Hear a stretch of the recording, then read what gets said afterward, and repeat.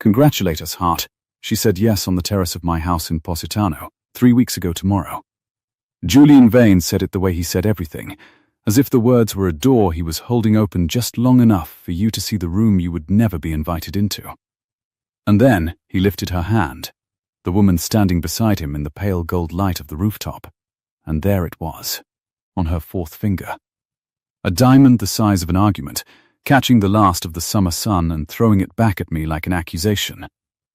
I had told myself, for 3 years, that I would never see Mara Ellison again. What I never told myself was what I would do if I saw her again wearing another man's ring. Let me go back, because the ring is the end of a longer story, and you deserve the beginning of it first. The Hart Foundation's summer benefit was the one night a year I could not buy my way out of. 900 people on the Kessler Building's rooftop garden, the whole terrace strung with warm bulbs that came on as the light went orange over the river. Waiters threading between the planters, with trays of cold champagne that sweated in the heat. It smelled of cut grass and citronella and expensive perfume warming on collarbones. Somewhere near the string quartet, a woman laughed too loudly at something that had not been funny. I stood at the edge of it all with a glass of soda water going flat in my hand, and I counted the minutes the way a man counts stairs when his knee has started to go. "You have your going home face on," Delphine said, appearing at my elbow the way she had for 11 years, which is to say without permission. My chief of staff was 71 years old, wore her silver hair in a knot that had never once come loose in my presence, and had the dry, unhurried voice of a woman who had watched 3 generations of rich men make the same mistakes. "It's 9:40. You said you'd stay till the auction closed." The auction closed. The silent auction closed. The live one starts when Mr. Okafor finishes his cigarette, which, she glanced toward the far rail, where the board chair stood exhaling into the dark, will be roughly never. She took the flat soda water out of my hand and set it on a passing tray without asking, and replaced it with nothing, which was her way of telling me I looked like I needed both hands free. "Daniel, smile at someone. You built this building. You could at least pretend to enjoy standing on top of it." I did build it. 41 floors of glass and Indiana limestone, the tallest thing my name had ever been bolted to. And on nights like this it felt less like an achievement than like a very tall place from which to be alone. I was 39 years old. I had a company that turned failing hospitals into functioning ones.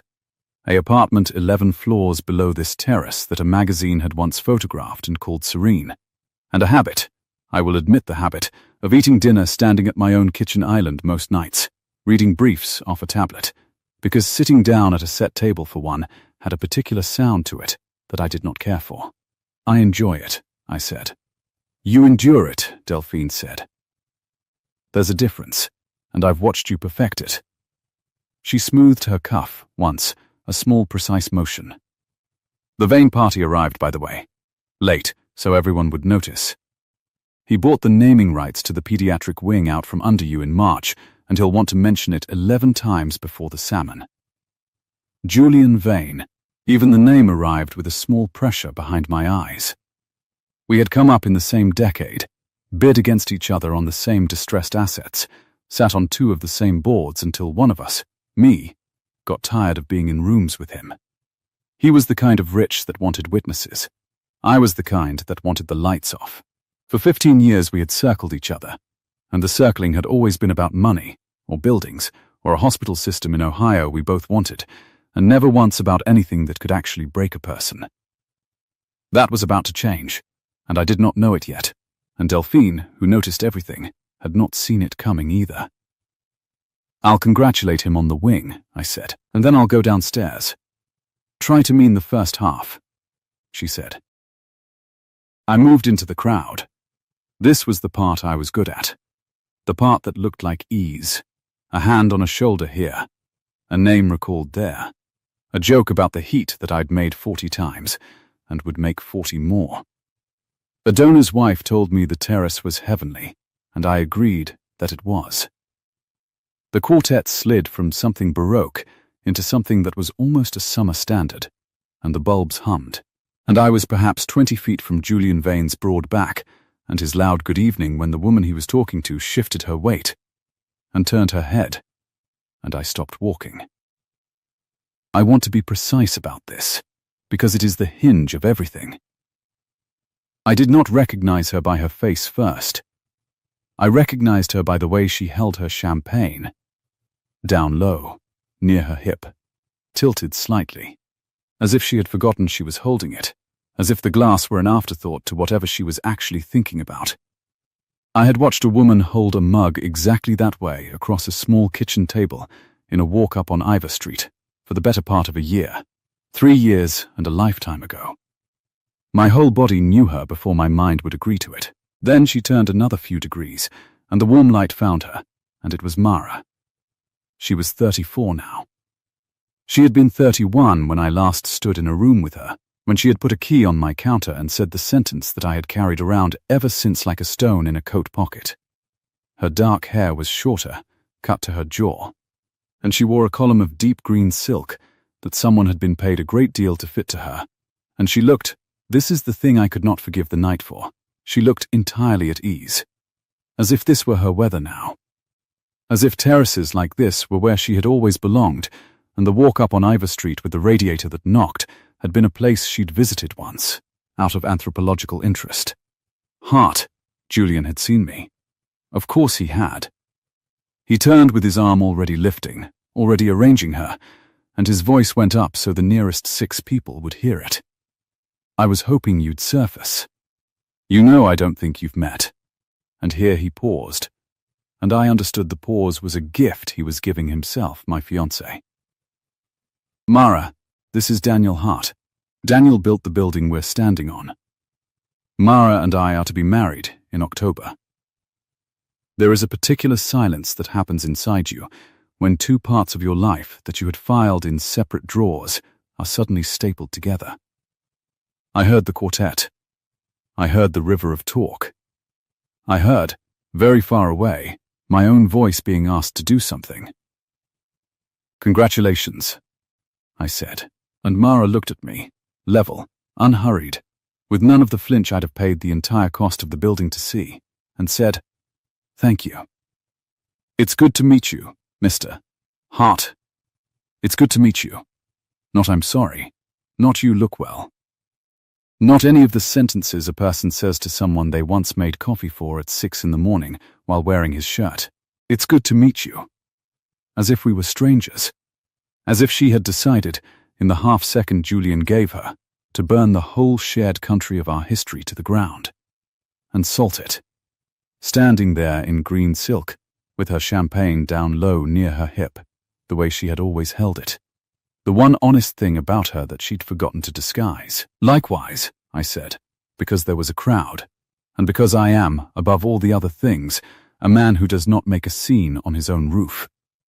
Daniel's very modest, Julian said, delighted, mistaking my stillness for defeat, which is a mistake he had made before and would make again. He'll pretend the pediatric wing doesn't sting. How is the fundraising, by the way? I heard you had to move the gala up a month. We're on target, I said. You always say that. Julian smiled at Mara, inviting her to enjoy me. He always says that. 15 years, and the man has never once admitted a number was smaller than he wanted it. Darling, watch Hart. How much did the wing come in at? You'd know, I said. You paid for it. A few people laughed. The safe laugh of a crowd that wants a fight to stay funny. Julian laughed too, because he could afford to. Because he had the ring and the October wedding, and the naming rights. And I had a flat soda water somewhere on a tray, and a woman calling me Mr. Hart.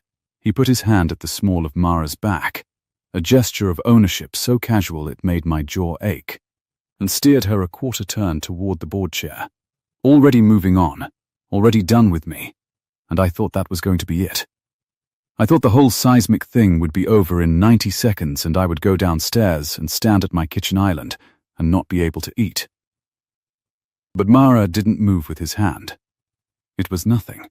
It was a quarter-inch of resistance that only a man who had once known the exact tension of her body would have registered.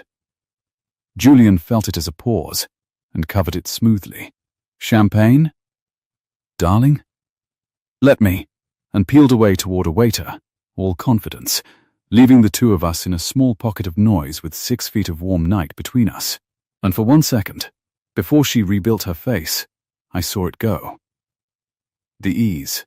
The terrace weather ease dropped off her like a coat sliding off the back of a chair, and underneath it she looked at me the way you look at a lit window from the cold street, and she said, very low. So low it was almost not out loud at all. Don't. That was the whole word. Don't. I haven't said anything, I said. Just as low. You're going to. Her eyes went once to Julian's back and returned. I can see you deciding to. Please, Daniel. Whatever you think this is, I don't think it's anything, I said. You just told me. It's an October wedding. It's Positano. It's good to meet me. Her jaw did the thing I remembered, the small tightening at the corner. That's right. When did you meet him? I hadn't planned to ask it. It came up out of some older, dumber part of me. Julian, when? That's not. 14 months ago you were still. I stopped. I would not say it here, on the roof, with the bulbs humming. Skip it. Yes, she said. Skip it. And there it was. The flatness again, the drawbridge coming up. But her champagne had tilted another degree while we spoke. Tilted until a thin line of it slid to the rim and hung there. And she noticed and righted the glass with a tiny, human, mortified quickness. And in that one clumsy motion I understood with total clarity that whatever this was, whatever green silk life she had built 41 floors up from the walk up on Ivor Street, she was not, underneath it, at ease at all. She was performing ease the way I performed enjoyment. We were, God help us, doing the same trick from opposite sides of a ring I hadn't bought. You look well, I said, because it was true, and because it was the cruelest thing available, given that she'd refused to say it to me. Something crossed her face. Not anger. Worse, a kind of tiredness, as if I'd asked her to lift something she'd been carrying for a long time already. So do you, she said. The building suits you.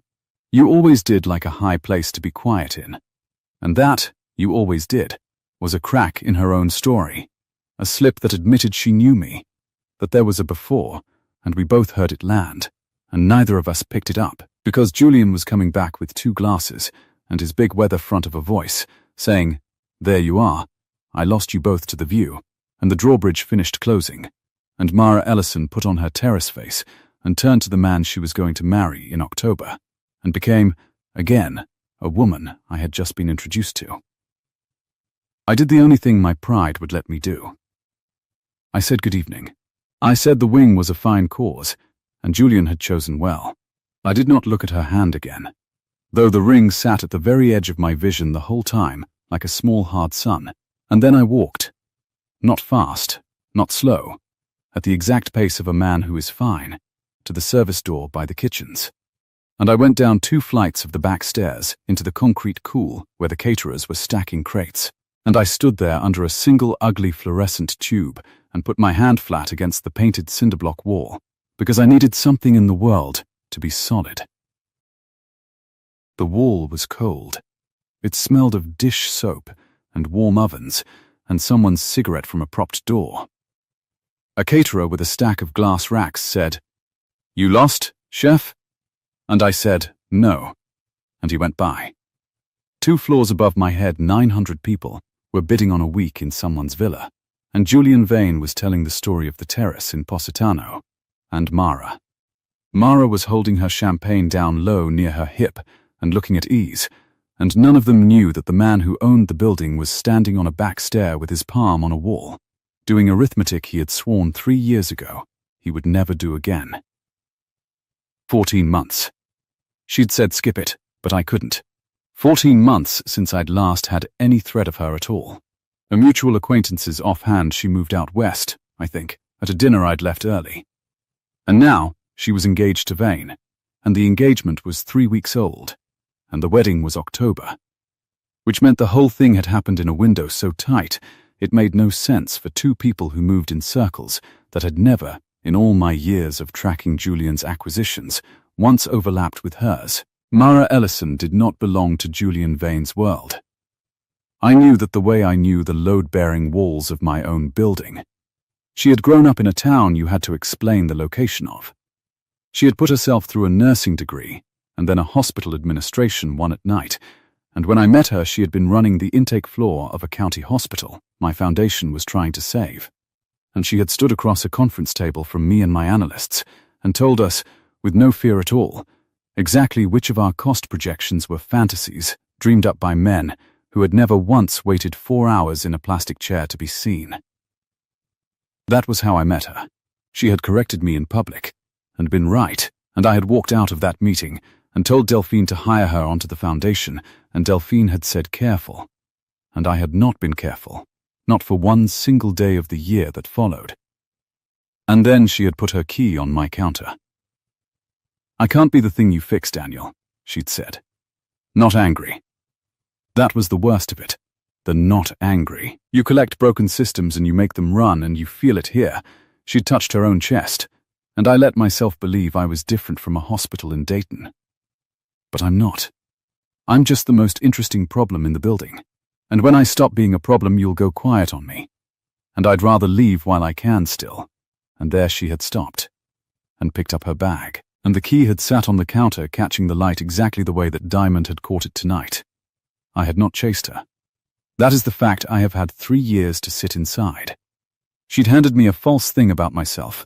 I don't fix people. I'd wanted to shout. You weren't a problem. You were the only room in my life with the lights on. And instead of chasing her down the stairs and saying it, I had let my pride tell me that a man who chases has confirmed he was chasing a problem. So I'd let her go. I'd let the door close. And I had told myself, standing at that same counter with the key still on it, that I would never see her again, and that this was, in some way I couldn't name, correct. Correct. God, I don't know how long I stood on the stair. Long enough that Delphine found me, which she did by simply going to the least glamorous place in any building and looking there. A technique she'd never once explained, but that worked on me every time. She came down the last 3 steps carefully in her good shoes and stood beside me and did not ask what I was doing on a caterer's landing with my hand on the wall. She looked at the wall too, as if it were interesting. "You know her," Delphine said. Not a question. I used to. The Ellison girl. From the Dayton save. The one I said careful about. She let that sit. Delphine's memory was a filing system with no gaps, and now she's wearing 40 carats of Julian Vane. 25, at most, I said. He'd never spend 40 on a wedding he hasn't monetized yet. "There's the man," Delphine said dryly, insulting the stone. "You'll live." She smoothed her cuff. "The live auction's closing. Okafor wants you to say the thing about the endowment before people leave. And then, Daniel, you're going to go downstairs to your serene apartment, and you are not going to do the arithmetic I can see you already doing. Because it will lead you somewhere expensive. It doesn't add up," I said. "Delphine, 3 weeks engaged, October wedding, and she and Vane have never once been in the same room in the whole time I've watched him. He acquires people the way he acquires assets, on paper, in advance. Where's the paper? Where did he meet her?" "Perhaps," Delphine said, "at a party. Perhaps she simply fell for a rich, loud man, the way people do. And it is none of your concern, and the kindest and also the smartest thing you can do is go and give your endowment remarks and let her be happy or unhappy in a country you don't have a visa for anymore." She said it gently. She was right. She was completely right, and I want that on the record, because of everything that came after. "You don't believe that," I said. "The party, you don't believe it either. I watched your face when he said fiancé. You did the same thing I did." Delphine was quiet a moment. Above us a swell of applause came muffled through 2 floors of concrete. "I believe," she said at last, "that Julian Vane does not fall in love, and that when a man like that produces a fiancé the way a magician produces a dove, one should at least wonder what's up the sleeve. That is not the same as believing you should be the one to look. She turned to face me fully. There is a difference, Daniel, and you have spent 3 years failing to learn it, between a thing that is wrong and a thing that is yours to fix. She told you which one she is. She told you at your own counter. Let her have told you the truth. I looked at the cinder block wall, painted the flat institutional beige of every service corridor in every building I had ever put my name on, and I thought about a champagne glass, tilting a degree at a time, because the woman holding it had her whole attention somewhere else, somewhere that was not the terrace, not October, not the man beside her. I thought about the single word she'd spent on me out of the whole ruined language we used to share. Don't. You do not say don't to a stranger. You say it to someone you are afraid of, or someone you are afraid for.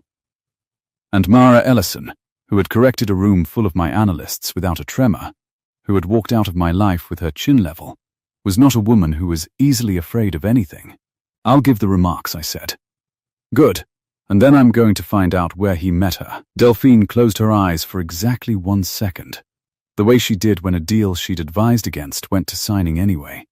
And then she opened them and smoothed her cuff and said, I'll get you the guest list and the seating chart, since you're going to ask for them at midnight regardless, and I'd like to be asleep. She started up the stairs, then stopped, one hand on the rail, and looked back down at me under the ugly light. For the record, I said careful 3 years ago, and you didn't hear me. I'm not going to say it again. I'm going to say something worse. Her voice was very even. If you go looking, and you find that it's exactly what she says it is, a woman who moved on and got happy, you have to be able to walk away a second time. And I have watched you for 11 years, Daniel. You couldn't walk away the first time. You just called standing still walking away. She went up. The door at the top sighed shut behind her, and the applause cut off, and I was alone on the stair with the smell of dish soap and the cold wall under my hand. I did the endowment remarks. I was, by every account I heard later, charming. I found the light and the pause and the small joke about the heat, and 900 people gave to a good cause. And across the terrace Julian Vane stood with his arm around a woman in green silk and lifted his glass to me when I mentioned the pediatric wing, gracious in victory. And beside him Mara clapped with the rest, her ring throwing off its small hard sun, her eyes fixed on the middle distance, just over my shoulder, on nothing, on the dark river, on a country I no longer had a visa for. And once, for less than a second as I stepped back from the microphone into the warm noise, once she looked at me directly. Not the terrace look, the lit window look, the one from the cold street. And she gave the smallest shake of her head. Left, right, barely there. Don't. I understood it. Finally, for what it was. Not a brush-off. A warning. She was not telling me to stay away because she'd moved on, and I embarrassed her. She was telling me to stay away because she was afraid of what would happen if I didn't. I put down the microphone, and I smiled, and I decided, standing on the top of the tallest building my name had ever been bolted to, with the whole glittering party turned toward me like a field of lights, that I was going to do the one thing I had promised myself for 3 years I would never do again. I was going to go looking for Mara Ellison, and downstairs in my serene apartment, at 1:15 midnight, Delphine's email arrived with the guest list and the seating chart attached, and one line of text above them, which I read 4 times before I understood that she'd known before I did which way this would go. It said, she's seated at table 9. So is her lawyer. I read the line 4 times, the way you read a diagnosis. She's seated at table 9. So is her lawyer. The apartment was dark, except for the blue wash of the tablet and the low amber of the one lamp I never turned off. And through the wall of glass the city lay out in its summer haze, the river a black seam stitched with the reflections of other people's late windows. Somewhere below, the last of the benefits valets were bringing cars around. I could hear, faintly, a horn, and then another horn answering it, the sound sliding up 41 floors and arriving thin. My dinner sat untouched on the island behind me. I hadn't even pretended tonight. I opened the seating chart. Table 9 was near the back, by the planters, the diplomatic Siberia, where you put guests who bought a table, but whom no one wanted seated near the podium. Julian would have hated it. That alone told me he hadn't arranged it. Delphine seated the room, and Delphine put people where the truth of them belonged. 9 names. 2 I recognized as Vane's junior people. Mara Ellison. And, beside her, in Delphine's precise import from the RSVP list, R. Soles Reyes LLP. I knew the firm, not the way you know a name from a party, the way you know a competitor's weapon. Soles Reyes did not do weddings. They did not do prenuptial agreements for the merely rich. Renata Soles restructured distressed healthcare systems and unwound the estates that owned them, and I had sat across a table from her exactly once, 4 years ago, when my foundation lost a bid for a failing network in the Ohio Valley to a buyer she would not name. A matrimonial attorney sits at the bride's table because she is a friend. A distressed assets lawyer sits at the bride's table because something is being bought. I called Delphine. It is 12:40, she said, without hello. I attached everything you needed precisely, so you would not have to hear my voice at this hour. Renata Soles isn't a wedding lawyer. No, Delphine said. There was the sound of her setting something down, reading glasses probably, onto a nightstand. She is not. I noticed that when I built the chart, and I put her at table 9, and I said nothing, because I hoped you would be asleep. You are not asleep. Why is a healthcare restructuring lawyer at Mara's elbow 3 weeks after Julian put a ring on her? I can think of 6 reasons, Delphine said, and 4 of them are boring, and you are only going to want to hear the other 2, and I am not going to feed them to you at 1:45 in the morning like a man handing brandy to someone who has sworn off it. I heard her exhale. Daniel, go to bed. In the morning it will still be a mystery, and you will still be poorly equipped to leave it alone, but at least you will be poorly equipped in daylight. Where did Mara go? After, you said out west. The line was quiet long enough that I thought she might have simply ended the call, which she had done to me before, twice, both times correctly. Cascade Mercy, she said finally. A 4-hospital system in the Pacific Northwest, mountain towns, the kind of network that serves 100 miles of people who have nowhere else. She went to run their administration. I know, because I keep track of the people you don't get over, so that I am never surprised in a room. Another pause, and her voice changed, went from dry to something I heard maybe once a year. Cascade Mercy has been in trouble since the spring. And trouble in a hospital system, in this city, eventually walks past Julian Vane's desk. Now go to bed. She ended the call. I did not go to bed. I stood at the glass with the warm night pressing against the other side of it, and I did the arithmetic I'd promised her I wouldn't, and it made a shape I did not like. A failing system Mara had given 3 years to. A lawyer who buried and unwound such systems. A ring 3 weeks old. A wedding in October, faster than love moves, exactly as fast as a deal moves when it has a closing date. Julian Vane did not produce a fiancé like a dove out of a sleeve for no reason. I had said that to Delphine as a figure of speech. Now I stood there and understood I might have said it as a fact. Outside, the last horn gave up. The city breathed its summer breath against my window, and I thought, she said don't. And I thought, she also said, you always did like a high place to be quiet in, which meant that somewhere under the green silk and the terrace face, she had let me know she remembered the shape of me.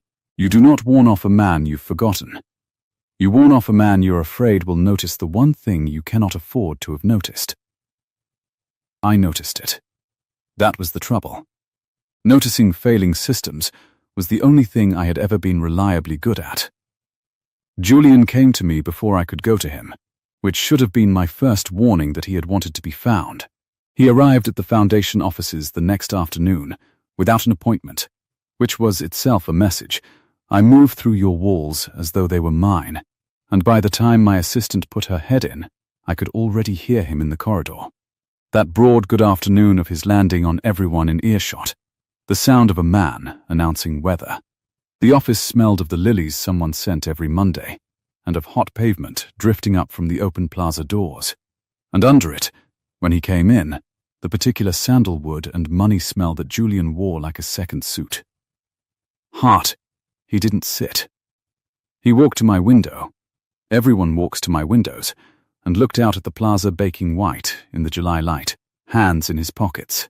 Entirely at home. Good party, you do warmth well. I could never. My people say my galas feel like depositions. They are depositions, I said. You just serve wine. He laughed, delighted, the way he'd laughed on the roof. See that? That's why the donors love you. Wit with the knife tucked behind it. He turned. I'll be quick, because you're a busy man, and I'm a busier one. Cascade mercy. I kept my face where I keep it. What about it? Don't. He smiled. Not with me, Daniel. Your foundation ran the numbers on Cascade in April. I know because I ran them in March. 4 hospitals, 100-mile catchment, bleeding money out of every joint, and a board that has finally admitted it needs an adult to take the keys. You want it. Of course you want it. Dying rural system. Thousands of grateful patients. Exactly the kind of save that lets you feel it. Here. He touched his own chest, 2 fingers, and it was so exactly the gesture Mara had once made across my kitchen that for a second I could not breathe. He didn't know what he'd done. That was the thing about Julian. He was always reaching for gestures that belonged to other people. I'm here to tell you to stand down. Or nothing dramatic. There's no or. He spread his hands. I've already won it. The board votes the transfer in October. I'm telling you as a courtesy, so you don't spend your donors' money on due diligence for an asset that's already mine. One rival to another. Professional respect. Since when do you do courtesy? Since I got engaged, Julian said, and there it was. He watched my face for it. He had walked into my office for it. The whole visit was a frame built around this one line. It's changed me. Ask anyone. Softened me right up. He let the silence work. Mara ran that system for 3 years, you know. Poured herself into it. She takes it very personally. The idea of the wrong hands getting it. His smile did not move. She'd be devastated if a bidding war put those 4 hospitals through the ringer. She's asked me, specifically, to make sure it lands somewhere gentle. So I'm making sure. That's what a man does for the woman he's going to marry. He was telling me a story. And the story was, she and I are one thing now. Her hospitals are my hospitals. Her feelings are my strategy. And if you touch the deal, you are touching her. It was a beautiful piece of construction. It had only one flaw, which was that I had watched a champagne glass tilt in her hand the night before, and I knew that whatever Mara Ellison was doing at Julian Vane's elbow, devastated on his behalf, was not the shape of it. You met her at Cascade, I said. Something flickered. The smallest thing, gone before it finished. I met her, Julian said smoothly, at a fundraiser, in the spring. Why? No reason. Congratulations again. I stood, which is how I end meetings I did not agree to start. On the wing, and the wedding, and the courtesy. You've had a productive quarter. He went to the door, and there he did the thing he always did, the parting shot dressed as an afterthought. You should come, he said. To the wedding. October, it'd mean something. The 2 of us in a room without a hospital between us. He smiled. Bring a date. It's not good for a man to keep eating standing up, Daniel, people notice. He knew about the kitchen island. Of course he knew. He made it his business to know the small lonelinesses of the men he competed with, because they were leverage, filed away against a rainy day. I said nothing, and he left, and his good afternoon rolled back down the corridor. And I stood at my window and watched the plaza shimmer and understood that I had just been warned off 2 things at once, dressed as one. and that Julian was not clever enough to have separated them in his own mind. The hospital and the woman. He'd bundled them. Which meant, whatever the truth was, they came bundled. That Mara and Cascade Mercy were somehow the same acquisition. "He knows about the island," I said, when Delphine came in. "Everyone knows about the island," Delphine said. "You do it in front of a window 41 floors up. You may as well do it in Times Square." She set a folder on my desk. "The Cascade Board minutes, going back to March. You'll want to see who joined the Finance Committee in April." She paused. "You're not going to like it. And then you're going to like it, which is worse." She came at dusk, which I did not expect, because I had spent the whole day building the case for going to her. I was still at the office. The cleaners had come and gone. The plaza below had emptied and refilled with the softer evening crowd. Couples walking the long way home in the heat, the fountains running gold under the low sun. I'd read the Cascade minutes 3 times. In April, a new name had joined the Finance Committee as a special advisor, Souls, and the minutes recorded, in the bloodless language of such things, that the committee had engaged counsel to explore strategic alternatives, including transfer of sponsorship. 2 weeks after that, Mara Ellison, Chief Administrative Officer, had been removed as a signatory on the operating accounts and reassigned, the minutes said, to a transition role. 2 weeks after that, she had flown east. 3 weeks after landing, she was wearing a ring. Somebody had taken the hospital out of her hands first, and then, very fast, taken her. My assistant had gone home, so when the knock came on the glass of my open door, I looked up expecting the night guard, and instead there was Mara, in a linen dress the color of wet sand, her jacket over one arm, her hair pushed back off her face by the heat, and no ring. She'd taken it off. Or left it. Her 4th finger was bare, and the small paleness where the band had been was the most naked thing I had ever seen on a person. "They told me downstairs you were still up here," she said. "Your guard." He remembered me. A thin smile. "I used to work in this building. 2 floors down. You forget I know your corridors." "I didn't forget," I said. "Sit down. I'm not staying." But she came in. And she did not sit, and she went, of course she went, to the window, and stood looking out at the gold fountains with her back to me, exactly where Julian had stood at noon, and the difference between the two of them standing in the same square of light was the whole difference between the 2 halves of my life. "He came to see you today." "He did? What did he tell you?" "To stand down on Cascade Mercy. That he's already won it. That you'd be devastated if a bidding war roughed up your 4 hospitals, so he's making sure they land somewhere gentle."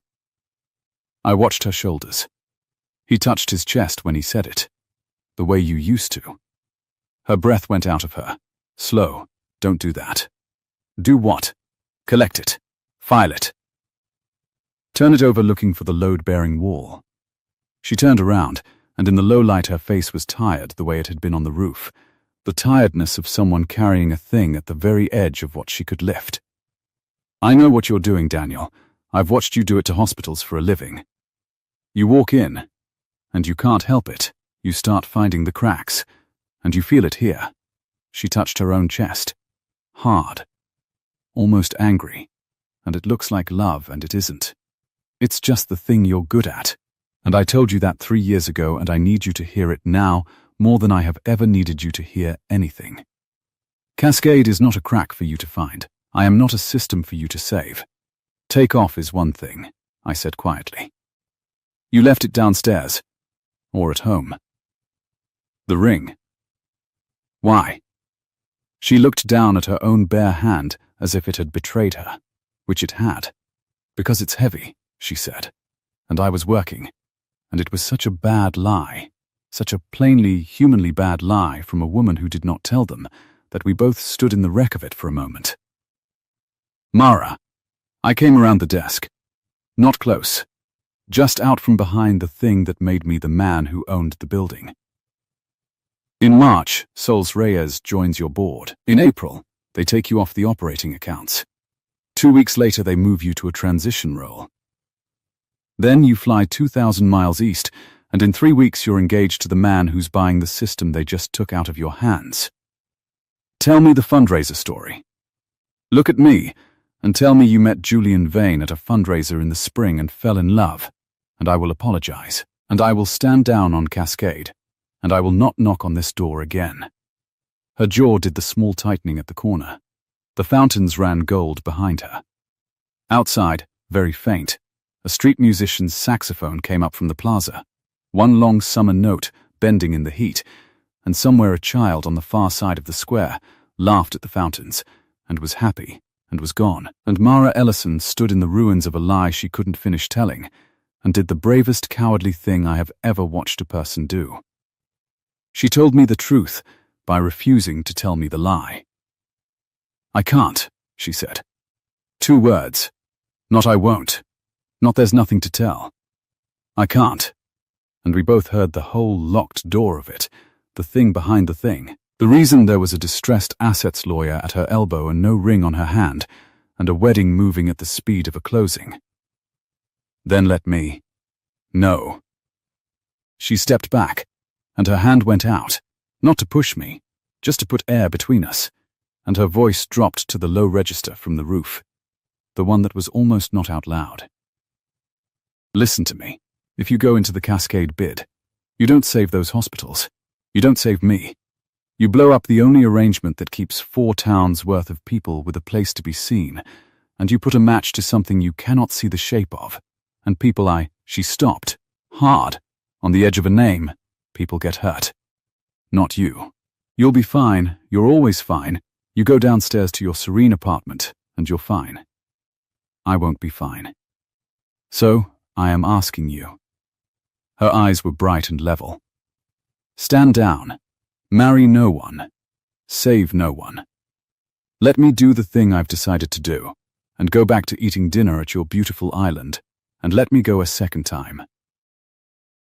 People She'd nearly said it. A name. Someone the arrangement protected. Someone who would be hurt. Someone she would put a ring on her own hand for and take a man like Julian for. Not the hospitals. She'd said people, and she'd flinched off a name, and I filed it. I couldn't help it. She was right about me. I filed it and turned it over looking for the wall it held up. Who gets hurt, Mara? Good night, Daniel. She was already at the door. The linen dress moved like water. Thank you for the meeting, Mr. Hart. It really was good to see the building again. And she was gone, her heels quick on the marble, back toward the elevators she knew, because she used to be a woman who worked 2 floors down. Before she was a woman with a lawyer at her table and a pale ring of skin where a diamond went. I stood in the emptied office with the saxophone still bending up from the plaza and Delphine's folder open on my desk to the April minutes, and I did not go to my island, and I did not eat.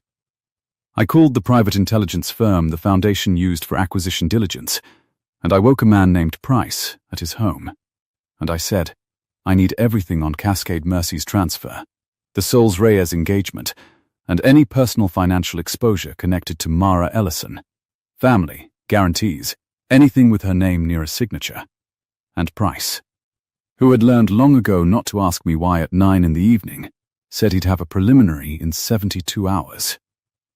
72 hours. I remember thinking that was fast. Delphine found me still there at 10. She looked at the open folder, and at my face, and at the window where 2 different people had stood in one day, and she did not say careful, because she'd told me she never would again. You saw her, she said. She took the ring off before she came. Delphine was quiet. Then she crossed to the desk and turned the folder toward herself and put one finger on a line in the April minutes I had read 3 times without seeing, because I had been looking for Julian and she was always looking for the thing underneath. You focused on souls, she said. You should have focused on this. Her fingernail rested under a single clause, the appointment of the special advisor, and the name of the party that had nominated the advisor to the board, the entity that had, back in March, first put Renata Souls in the room. It was not Julian Vane. It was not Cascade's own board. It was a private holding company, and the holding company's name meant nothing to me. A string of neutral words chosen precisely to mean nothing, but Delphine's finger stayed on it, and her face, when I looked up, had gone very still. "I've seen this shell before," she said.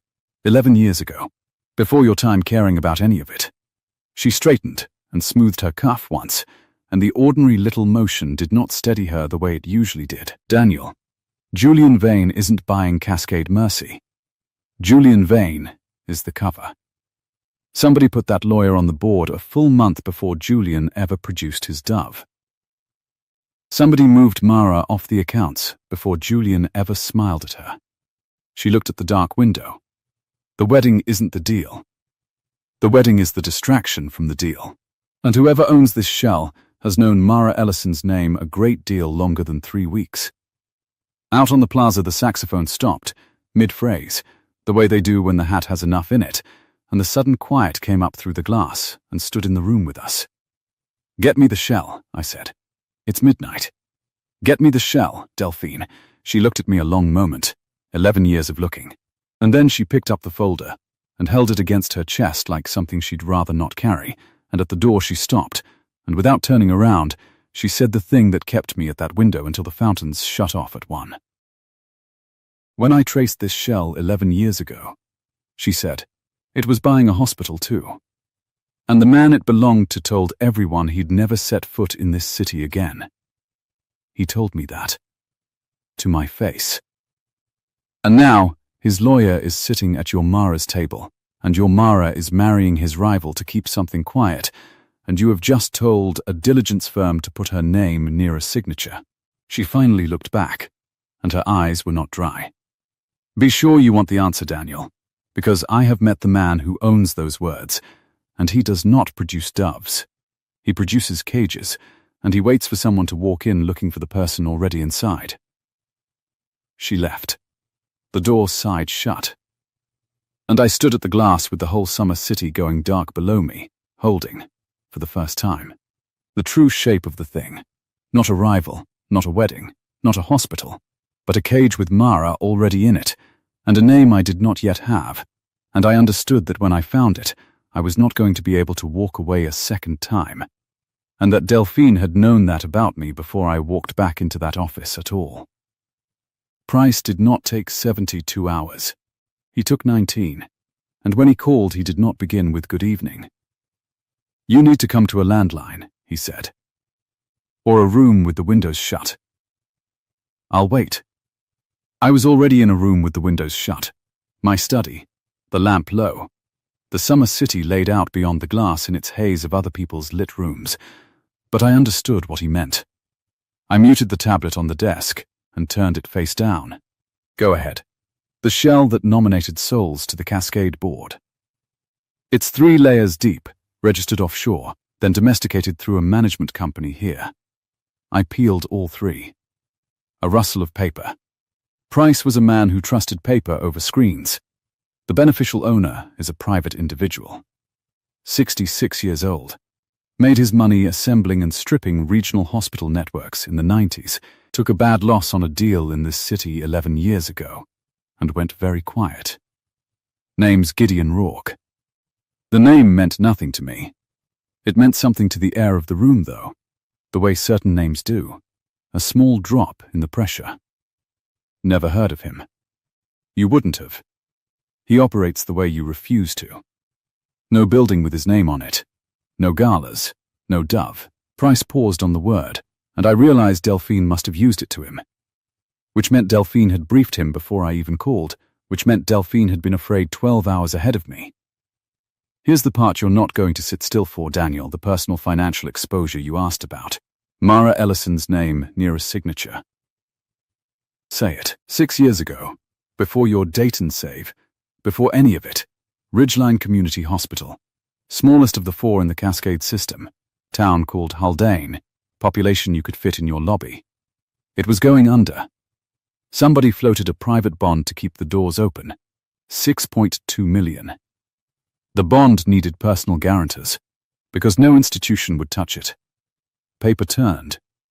2 people signed, Mara Ellison, and the second line, Cass Ellison. Her sister. Runs the place. Adult. 30 by now. Married. Does the work of 4 people for the salary of half of one. By every account well, and busy, and fine. He said the last part deliberately, because he knew what I had asked, and he had learned long ago how I liked the people in my files kept safe in the telling. The sisters are jointly and severally liable on the whole 6-2. Both names. One note. I sat down. The chair made the particular sound a chair makes under a man who did not decide to sit. Where's the note now? That's the thing. Price's voice flattened. It changed hands in the spring. Some fund bought it off the original holder for pennies, the way you buy distressed paper when you already know something the seller doesn't. The fund traces back through the same 3 layers. Daniel. Gideon Rourke holds the paper. Rourke, personally, owns $6.2 million of Mara Ellison's signature. And he bought it the same month his lawyer walked onto her board. The lamp hummed. Out past the glass a single plane was crossing the haze. Slow, its light blinking, and I watched it the way you watch anything that is simply, blessedly, not the thing in front of you. One more, Price said. You told me 9 last night. I filed the diligence request at 9:40.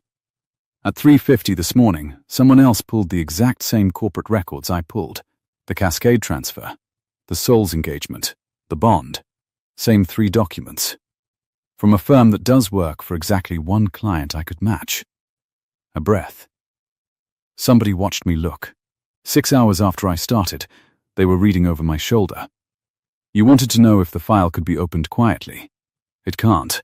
It's already been opened, and now they know your hand is on it too. I thanked him. I don't remember the words. I set the tablet down and I sat in the low lamplight with the shape of it finally solid in my hands. Not a rival. Not a wedding.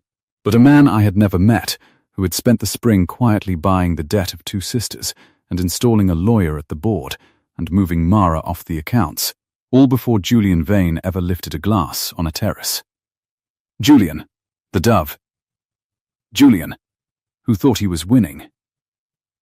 I called Delphine. You've talked to Price, she said. Rourke.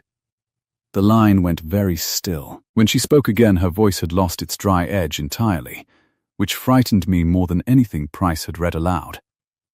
Then you have the name, and I have the 11 years. And I would rather give you neither, and it's too late for that. I heard her sit, the small settling of a woman who keeps her spine straight, even alone. Come in early tomorrow. Before the building fills.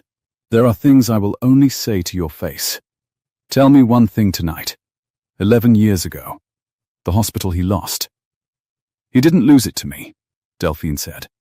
He lost it because I found the same clause your Price just found, and I put it in front of the right board member, and the deal collapsed on the table in front of him. He was very calm about it. That was what I remember, how calm. He stood, and he buttoned his coat, and he said to me precisely that a woman who breaks a man's cage should be careful she has somewhere better to keep the bird. She let that sit in the dark between us. I thought it was theatre. Rich men say things. But he meant the grammar of it, Daniel. He does not buy hospitals. He buys the person who cannot leave the hospital. And he builds the walls out of paper. And then he waits. This is the part. He waits, patiently, for someone like you to come looking for her. Because the looking is how he knows the walls are working. You told a diligence firm to put her name near a signature. 6 hours later, he was reading it. You have already told him the bird is worth guarding. Good night. She ended the call, and I did not sleep, and at dawn the fountains in the plaza came on with the light, and I watched them from the study window until my phone rang again. From a number I did not know, at 6:40 in the morning, and a woman's voice I had heard exactly once, 4 years ago across a conference table. Said, Mr. Hart, Renata Souls, I have 20 minutes before I bill someone for them. There's a coffee cart on the east side of your own plaza. Come down. Bring no one. She was younger in daylight than the reputation, which is true of everyone frightening. She stood by the cart in a charcoal suit, with no jewelry, and a paper cup she wasn't drinking from, and the early heat was already coming up off the pavers, and the fountains ran behind her, throwing a fine mist that caught the low sun. She did not offer her hand. "You pulled our records," she said. "At night, through a proxy, which was courteous of you and useless, because we watch the paper the way you watch your own reflection. So let's not perform surprise at each other." She turned her cup a quarter turn in her fingers and did not drink. "I represent the sponsorship transfer of Cascade Mercy. That's all I'll say about who signs my checks. I'm here off the meter, on my own recognizance, because there's a version of the next 10 days that ends with 4 hospitals dark and 2 sisters ruined, and some small part of me went to nursing school before it went to law school, and I have not entirely forgiven myself for the trade. Then help me stop it. I'm helping you understand it, which is different and better." She looked at me the way you look at a bridge you're deciding whether to trust with your weight. Mara Ellison signed a $6.2 million guarantee to keep a town's hospital open. So did her sister. That paper is now held by a man who does not want the money. He wants the leverage the money represents. He offered Miss Ellison a clean way out. The transfer closes on gentle terms. The 4 hospitals stay open under new sponsorship. The guarantee is released. Her sister keeps Ridgeline. The town keeps its doctor. In exchange, Miss Ellison steps off the operating accounts, stops being a signatory who could ever contest the deal, and publicly, bindingly, blesses the acquisition by marrying its front man. She let it land. You don't gag a whistle by threatening her. You gag her by making her the buyer's wife.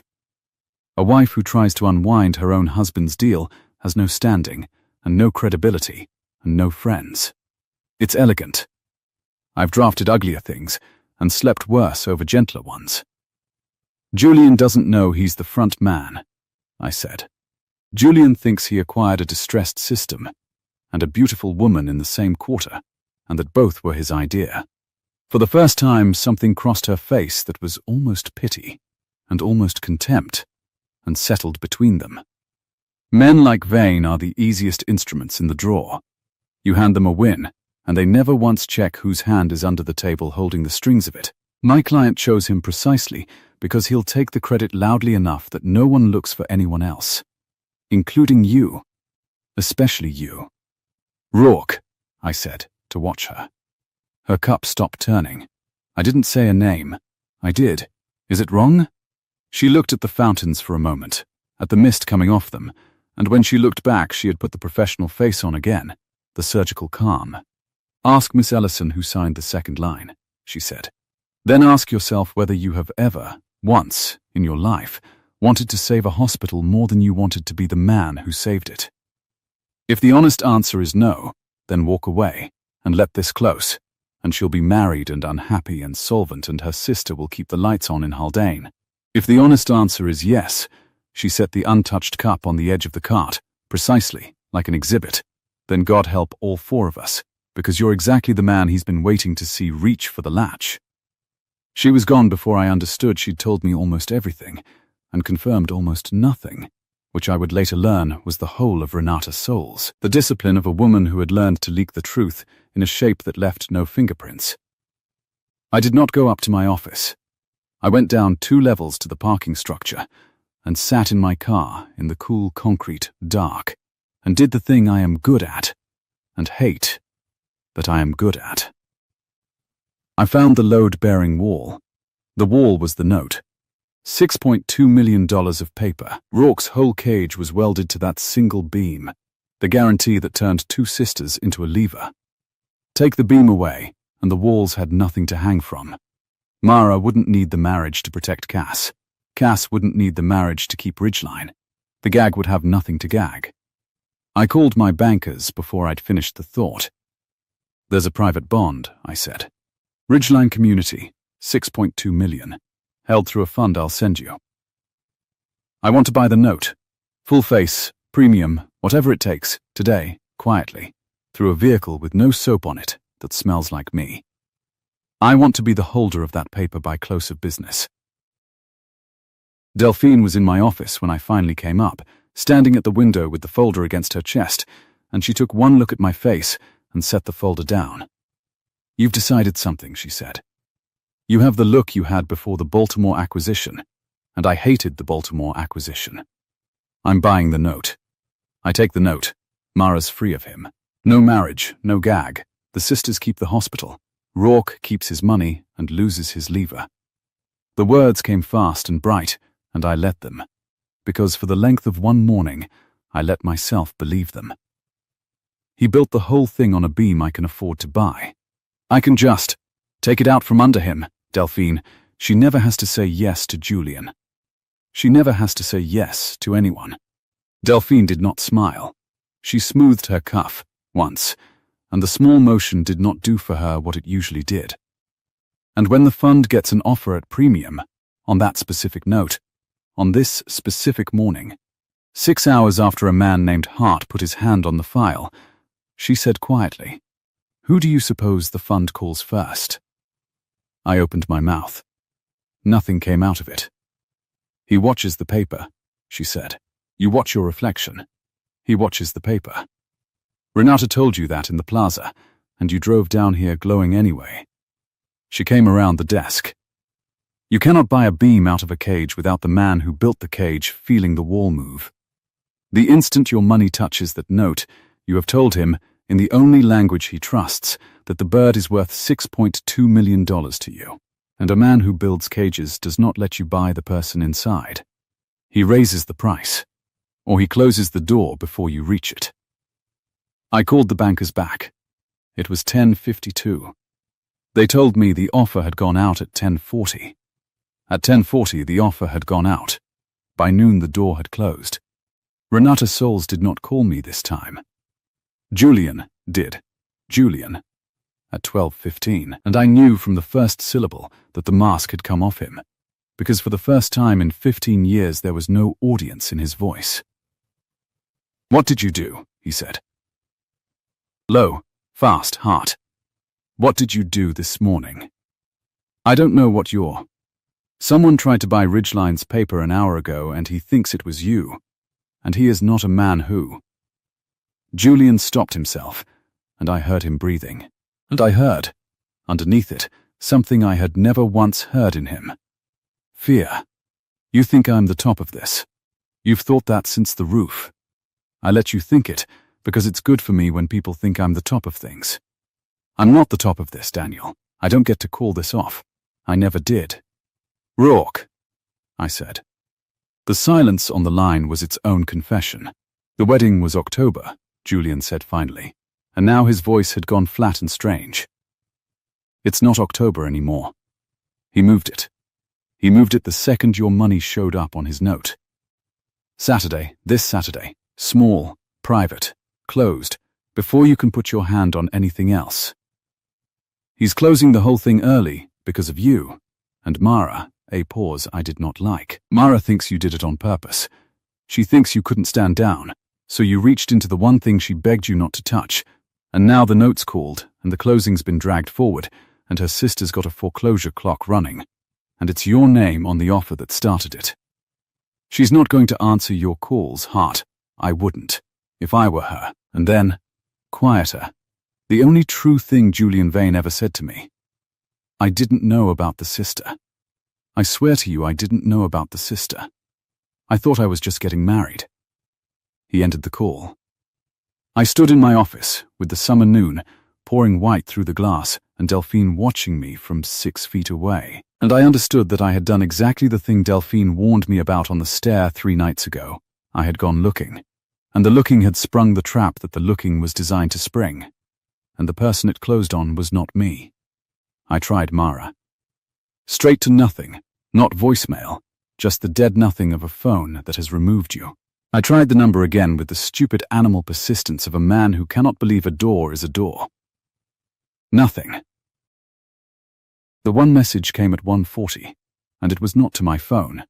It was a courier, hand-delivered to the foundation desk, a cream envelope with my name in a fountain pen hand I did not recognize, and inside a single card, and on the card 6 words, in the same calm, old-fashioned ink.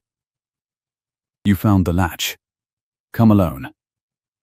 Below it an address I knew, a private club on the park, the kind with no sign, and a time. Saturday, 4 in the afternoon. 2 hours before the closing. 2 hours before the wedding. Delphine read it over my shoulder and went white. That's the room, she said. 11 years ago. That's the exact room he buttoned his coat in. Her hand came up to her cuff and stopped halfway, as if she'd forgotten what it was for. He's not summoning you to stop you, Daniel. He's summoning you to watch. He wants you in the building when it closes. He wants the man who reached for the latch standing in the room while the door swings shut. Because that's the whole point of a cage. Her voice caught, and she did not finish smoothing the cuff. It isn't the walls. It's making sure the right person is watching from outside when they hold. I looked at the card. 4 o'clock Saturday. Mara had stopped answering. Cass had a clock running in a town I'd never seen. Julian was somewhere across the city discovering he'd been an instrument all along, and Renata Souls was billing someone for the minutes. And the only person in the world who had told me the plain truth on a back stair was standing in my office, too frightened to smooth her own sleeve. I put the card in my breast pocket, over the 2 folded fingers Julian had touched his own chest with, over the exact place Mara had touched hers, and I heard myself say the sentence I had spent 3 years and 1 whole ruined morning earning. Then, I'll be in the room. The card sat in my breast pocket for 2 days, and in 2 days I learnt the exact weight of a man's own handwriting against the chest. Saturday came up hot and white. By 9 the plaza glass was already throwing back the sun, and the foundation offices were empty the way only a Saturday empties them. The phones dark, the lilies from Monday going brown at the edges in their vase. I had not gone home. I had slept, when I slept, on the low couch in my office, with my shoes on, and I had spent the black middle of both nights on the phone to men in 3 time zones, and by the time Delphine let herself in at 10, she found me at the window with my sleeves rolled and a legal pad covered in a hand even I could barely read. You look, she said, setting down 2 coffees she'd carried up herself because the cafe in the lobby was shut, like a man who has either solved something or lost his mind, and I have known you long enough not to assume they're different states. Tell me if it's mad. I turned the pad around. Rourke called the note. Julian said it. He moved the closing up, dragged it to today. The second my money touched the paper.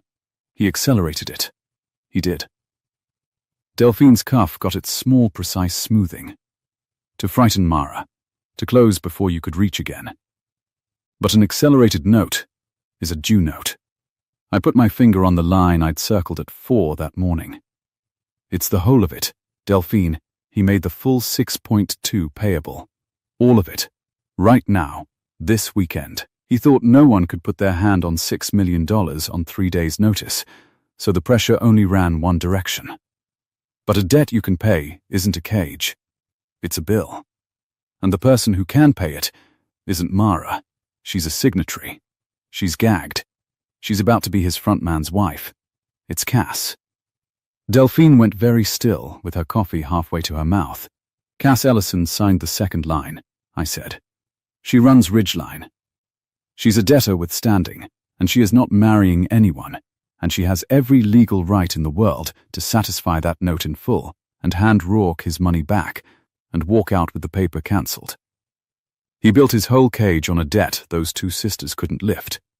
And then, to hurry it, he made it liftable. You're going to give a woman you have never met $6 million, Delphine said slowly. 6.2. As a gift. No lien, no interest, no soap on it that smells like me. A real gift. The kind you can't take back and can't use as a leash. I heard my own voice and did not entirely recognize it. And the foundation withdraws from Cascade. All the way out. Today, on paper, publicly, I don't get the 4 hospitals. I don't get the save. Rourke keeps his transfer if the board still wants it, but he keeps it as an ordinary buyer of a solvent system that owes him nothing, with no lever and no bride, and nothing to gag, because there's nothing left to gag.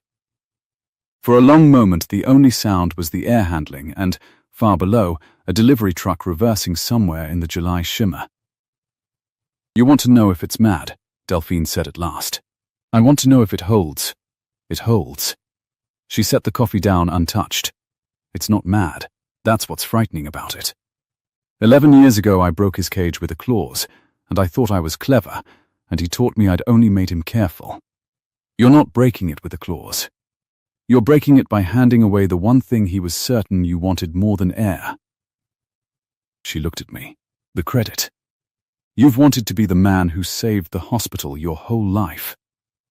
And you're going to save it and let someone else's name be on the door.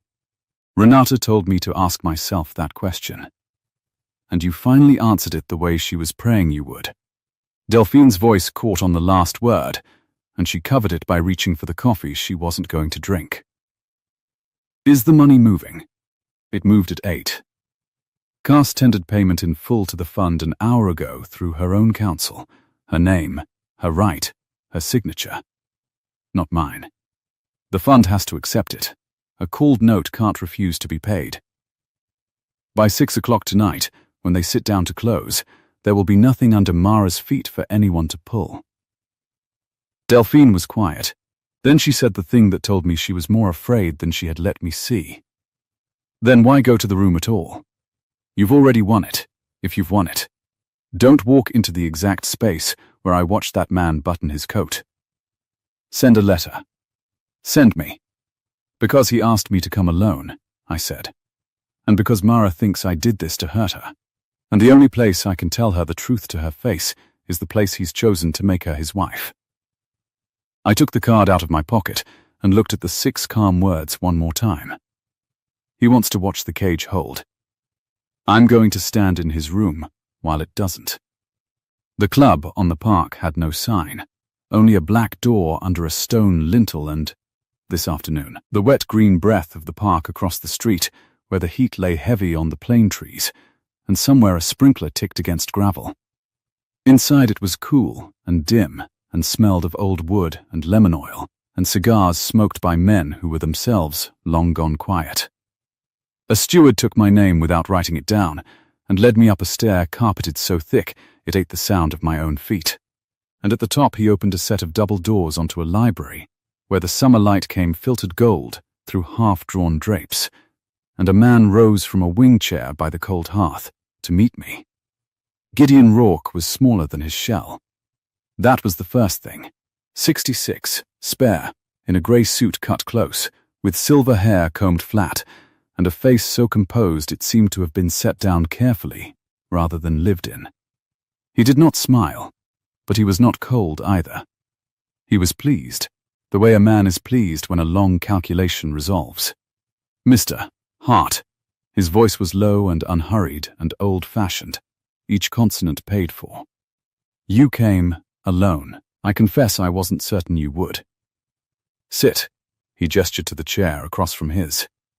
Between them, on a small table, sat a leather folder, a fountain pen, and a single glass of water that no one was drinking. "You'll forgive the room. I'm sentimental about it. Things resolve here. So I've heard." Ah, something moved behind his eyes. "Delphine. She's still with you. Good. Loyalty like that outlives its own usefulness and becomes something better." He lowered himself back into the wing chair with the care of a man who had learned to spend his body carefully.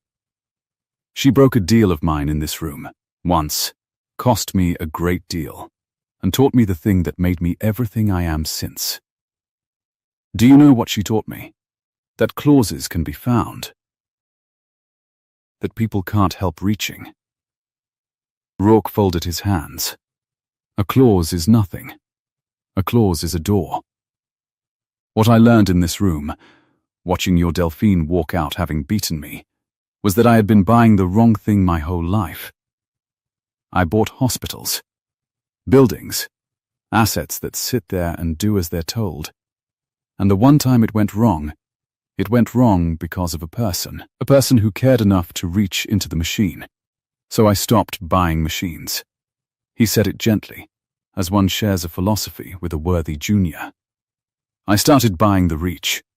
Find the person who cannot stop caring. Put the thing they love inside a wall of paper, and then you needn't guard anything at all. They guard it for you.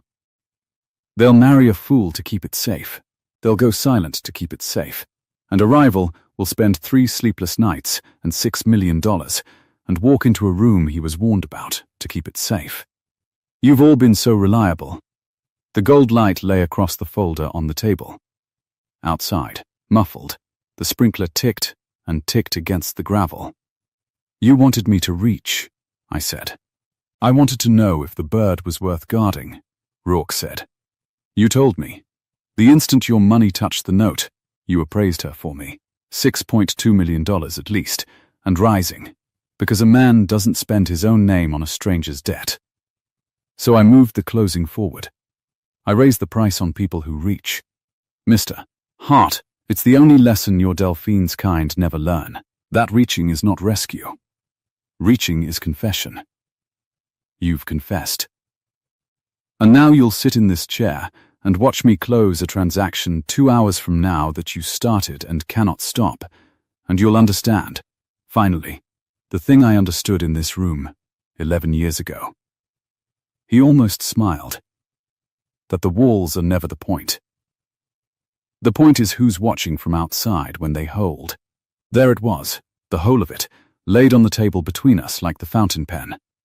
The truth I had been chasing up back stairs and through offshore shells for a week, said plainly at last by the man who built it, in a gold-lit room that smelled of lemon oil. Mara had never fallen for Julian Vane. Mara had walked into a cage to keep her sister's hospital lit, and Rourke had built the cage.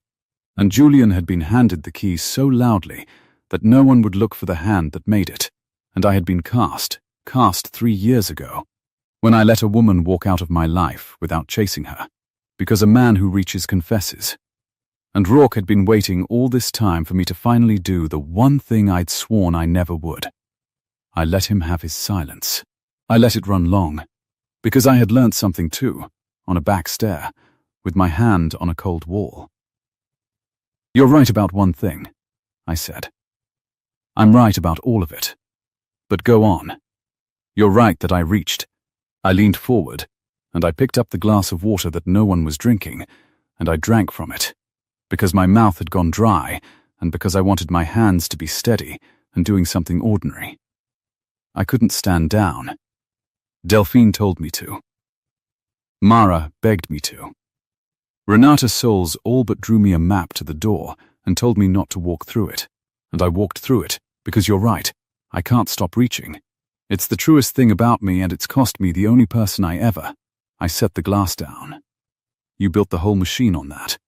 On me being exactly the man who reaches. I did. But you made one mistake, Mr. Rourke, and it's the same mistake Delphine caught you at 11 years ago. And you didn't learn it after all. I watched his composed face. You think reaching is confession. Sometimes it's just reaching for the wrong beam. I tried to buy the note. That was the mistake. The instant my money touched it, I told you what she was worth, and you'd have called the fund, raised the price, made me bid against your own patience for the rest of my life. So I stopped reaching for the paper. I let that land. I touched the debtor. The stillness in him changed. It was very slight. A man that composed does not flinch. He simply stops, the way a clock stops. When you accelerated the note to hurry your closing, I said, you made the whole 6.2 payable this weekend. You thought that squeezed Mara. But an accelerated debt is a debt anyone with standing can satisfy, and Cass Ellison signed that note too. She runs Ridgeline. She isn't marrying anyone. She isn't gagged. This morning, at 8 o'clock, through her own lawyer, in her own name, she tendered payment in full on that note. The fund has to take it. A called note can't refuse its own money back. By the time you sit down to close at 6, Mr. Rourke, that guarantee will be paid, cancelled, and gone. There is no lever. There never has to be a wedding. The sisters own nothing to you, And Cascade Mercy is just 4 solvent hospitals you're welcome to buy like an honest man if the board still wants your money. For a moment he did not move at all. The gold light held its angle across the leather folder. Then slowly, Gideon Rourke did the thing I will remember longest. He reached out one spare hand and turned the fountain pen a quarter turn on the table, exactly the way Renata Soles had turned her paper cup at the coffee cart. And I understood that she had learned it from him, the small tell of a person recalculating in real time, and that she had let me watch her do it on purpose. "You gave a stranger $6 million, he said, and there was no menace in it now, only a kind of clinical wonder, and asked for nothing. I asked for nothing. You didn't even keep the hospitals." His pale eyes moved over my face like a man reading a document for the floor and not finding one. "You withdrew the foundation this morning. I saw the filing. You gave away the note and the save. The credit. The thing men like us." He stopped. For the first time, the old-fashioned voice found no consonant to pay for. "That's the part you couldn't price," I said quietly. "You built your whole cage on the certainty that I'd want to be the man who saved her more than I wanted her saved. You were nearly right. For 3 years you'd have been exactly right. But a woman told me, at my own kitchen counter, that I only ever loved the things I could fix, and I let her walk out rather than prove her wrong. And I've had 3 years to sit inside being wrong. You don't get to be the beam, Mr. Rourke, not this time. She's free whether or not she ever looks at me again. That's the whole cost of it. That's the point." The double doors opened behind me before he could answer. I knew it was her without turning, because the room changed temperature, and because I heard the small catch of a breath I had listened for across a kitchen table 3 years and a lifetime ago. When I did turn, Mara was standing in the doorway, in a dress the pale blue-grey of the summer sky, just after the sun leaves it, dressed for a wedding that was not going to happen, and her face was doing the thing I had waited a week to watch it stop doing. It had stopped performing. "Cass called me 20 minutes ago," she said. Her voice was very low, the roof voice, the almost not out loud voice, and it was aimed at me, and it was shaking. "From Haldane. She said a lawyer she'd never met tendered $6 million on the note this morning. And the fund confirmed it. And the guarantees." Her hand came up to her own chest, pressed flat, the gesture I'd watched Julian mimic without knowing what he stole. "The guarantee's gone, Daniel. It's paid." And she said the money came as a gift with a single line attached, and she read it to me. And her breath went. I made her read it to me twice. "What did it say?" Rourke asked, and there was something almost human in the question, the curiosity of a man who has spent his life certain there was always a lean behind the kindness. Mara did not look at him. She looked at me. It said, "For the sister who signed the second line." "No one owns this.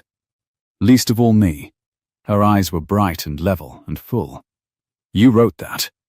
I wrote that. You gave Cass everything, and put your name nowhere near it." The old flatness she'd used on the roof, the drawbridge voice, was gone, and under it was something raw that I had only ever seen once. Across a counter, the night she left. "You had one clean move to be my hero, and you spent $6 million making sure I'd never have to think of you as one. Why? Why would you?" "Because you were right." The words came up out of the 3-year stone in my coat pocket, and I let them. At the counter. "You said I collect broken things and make them run, and I feel it here and I mistake it for love. And you weren't wrong about me, Mara. I've spent 3 years being exactly the man you described. So I couldn't do the thing that would prove you right. I couldn't reach in and fix you, and stand there wanting to be thanked. If I did that, I'd only be a gentler Rourke, a wall built out of gratitude instead of debt.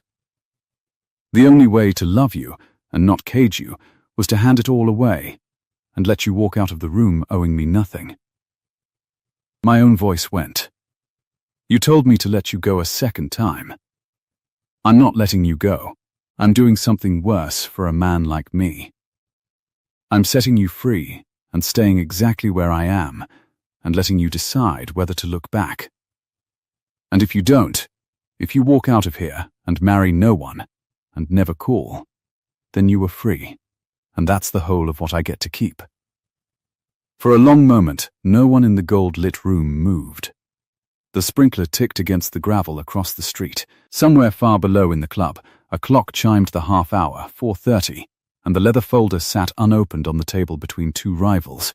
And Gideon Rourke, 66 years old, the man who bought the reach because he'd learned people can't help it, watched two people who had finally stopped reaching for anything but the truth, and found, at last, that he had nothing on the table to close. He rose. He buttoned his coat. I saw Delphine's whole 11-year-old memory in the motion, the calm of it, the exact grammar she'd described, and he picked up his fountain pen and slid it into his breast pocket, and he looked at the two of us for a moment with an expression I have never been able to name. "Do you know what the floor is?" he said, in a cage. He did not wait for an answer. It only holds a bird that wants out. Put a person inside who has stopped wanting the thing beyond the walls, and the walls hold nothing at all. I never learnt that. I built better and better walls for 40 years, and I never once considered the door might simply cease to matter. He turned to Mara and inclined his head, courtly and cold, and, for one instant, almost sorrowful. "You were an excellent leaver, Miss Ellison. You'll forgive me." It was never personal.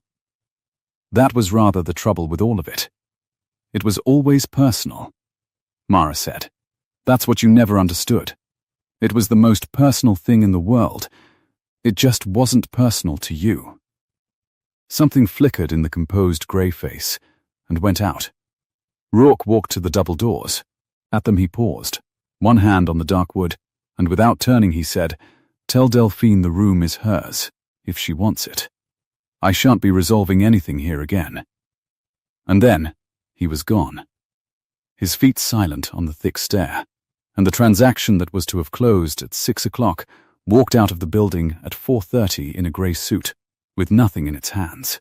I found out later, because I am the kind of man who finds out later, that the Cascade Board presented that afternoon with a solvent system, a cancelled guarantee, and a buyer suddenly revealed to have been operating through 3 shells and a coerced marriage, adjourned the closing indefinitely, and, within the month, accepted an ordinary, daylit sponsorship from a regional non-profit that kept all 4 hospitals open and every doctor in place.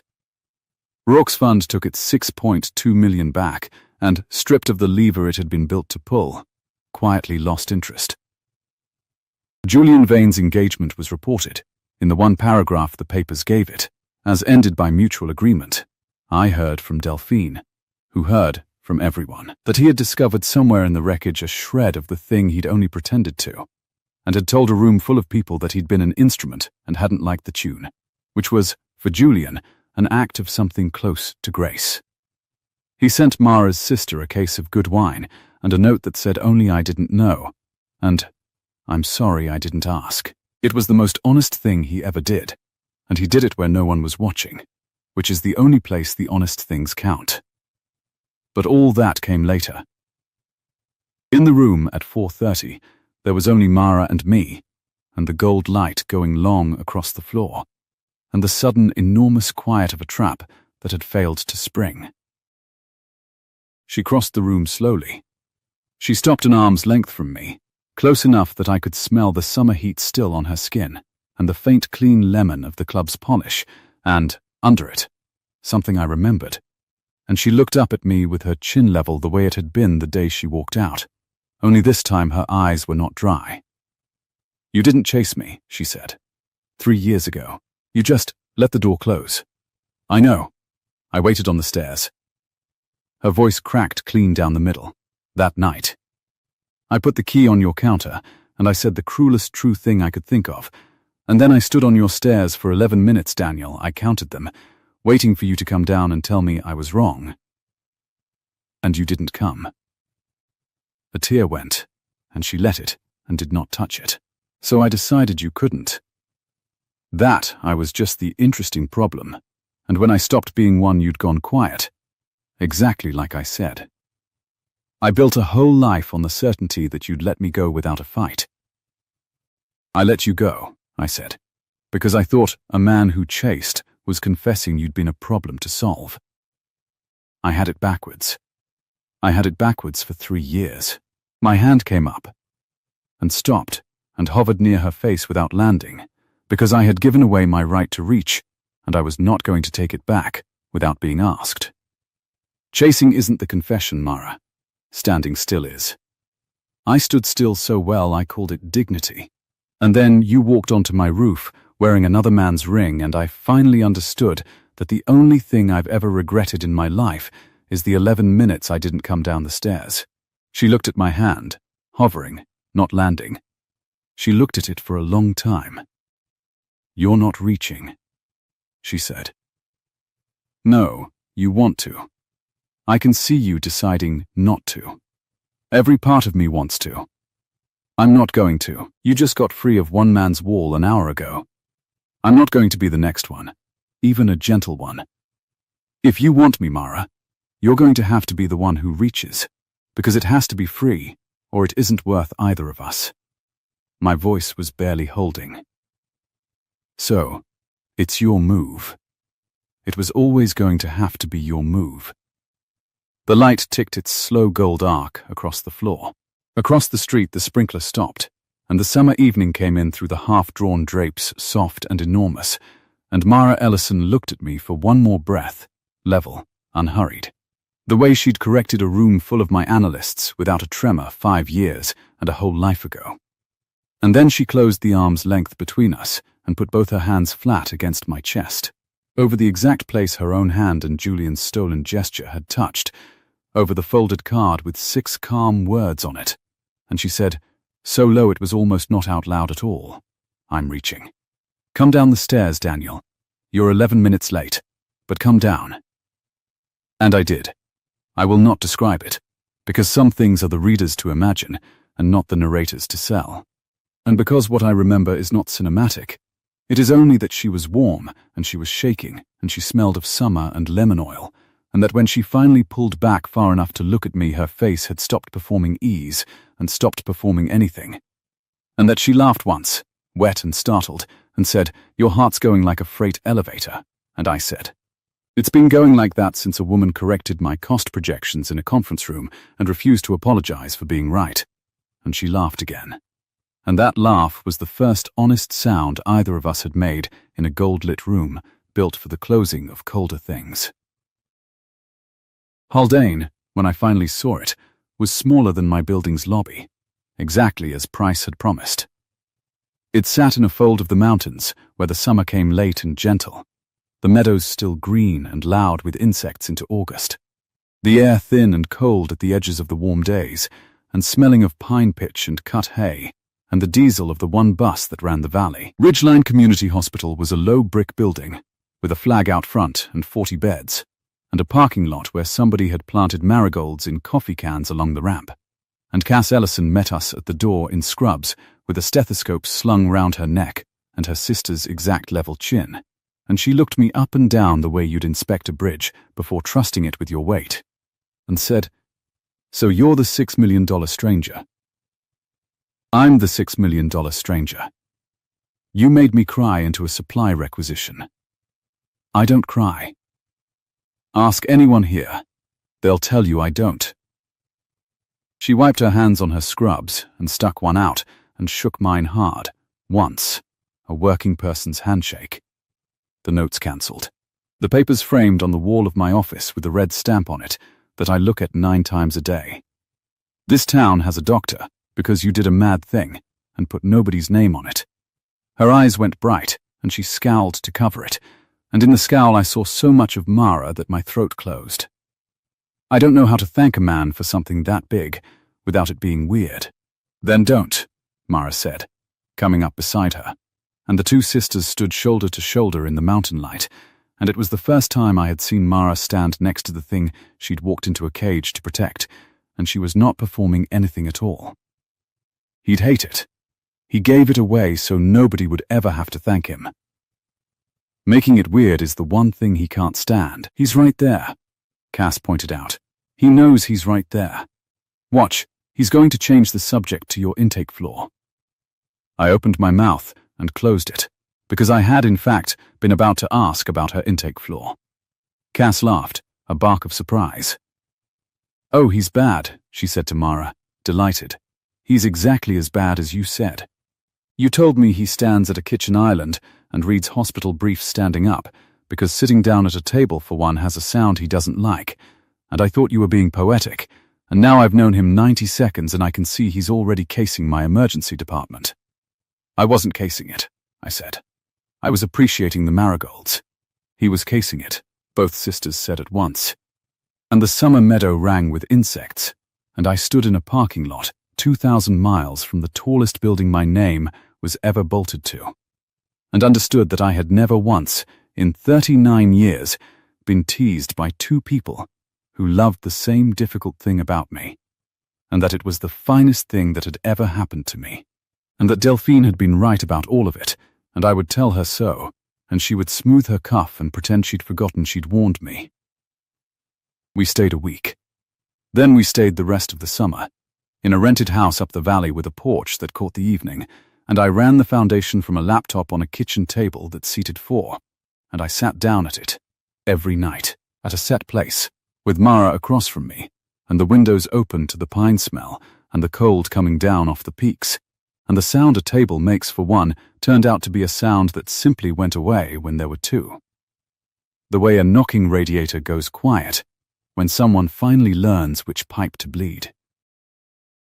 She kept the ring finger bare a long time, that pale band of skin that had been the most naked thing I'd ever seen on a person slowly tanning to match the rest of her hand as the summer went.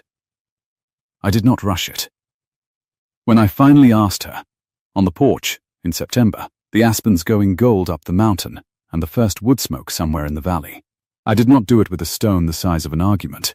I did it with a plain band and a question and both my hands visibly empty of anything to fix, and she looked at it for a long time the way she looked at everything, level and unhurried. And then she took it and put it on herself, which was the only way either of us would ever have stood for it, and she said, "Congratulate us, heart," in a voice pitched exactly like a man on a rooftop, and then she laughed so hard she had to put her forehead on my shoulder, and the inside of a joke that had started as the worst night of my life closed, at last, into private shorthand, the way the good ones do. Delphine came to the wedding, in October after all, a small one, in Haldane, 40 beds worth of nurses in the pews, and Cass as the whole of the wedding party in the mountains, already dusted white above the tree line.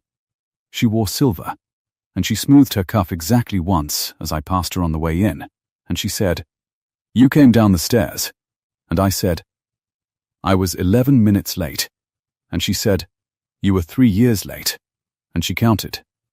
And she married you anyway, so I'd stop keeping track of the minutes if I were you, and start being worth them, which is the closest Delphine has ever come, in 12 years, to telling me she was glad. Gideon Rourke I never saw again. He went very quiet, the way he had 11 years before, only this time there was no cage to wait beside, and a man who has spent 40 years buying the reach discovers, I think, that when the reaching stops he is simply an old man in a club with a fountain pen and a room that resolves nothing. Renata Souls sent one card, months later, no signature, a single line in a surgeon's hand.